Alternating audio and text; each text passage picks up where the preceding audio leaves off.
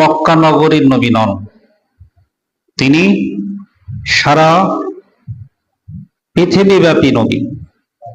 তিনি মক্কারও নবী। মক্কার ডানে বামে সামনে পিছনে যত এরিয়া আছে পৃথিবীতে, সমস্ত এরিয়া ব্যাপী তিনি নবী এবং রাসূল। এবং তিনি শুধু তার যুগের নবী না, তিনি কিয়ামত পর্যন্ত সমস্ত যুগের নবী। সুবহানাল্লাহ। কিয়ামত পর্যন্ত আর কোন নবী হয়ে পৃথিবীতে কেউ আসবে না রিসালাতের দায়িত্ব নিয়ে।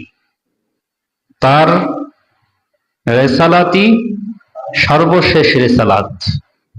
আর একজন নবী আসবেন এটাও তিনি ঘোষণা দিয়েছেন, কিন্তু তিনি এই পৃথিবীতে রিসালাত নিয়ে আসবে না। মানে নবুয়াতের আলাদা ওহী তার উপর নাজিল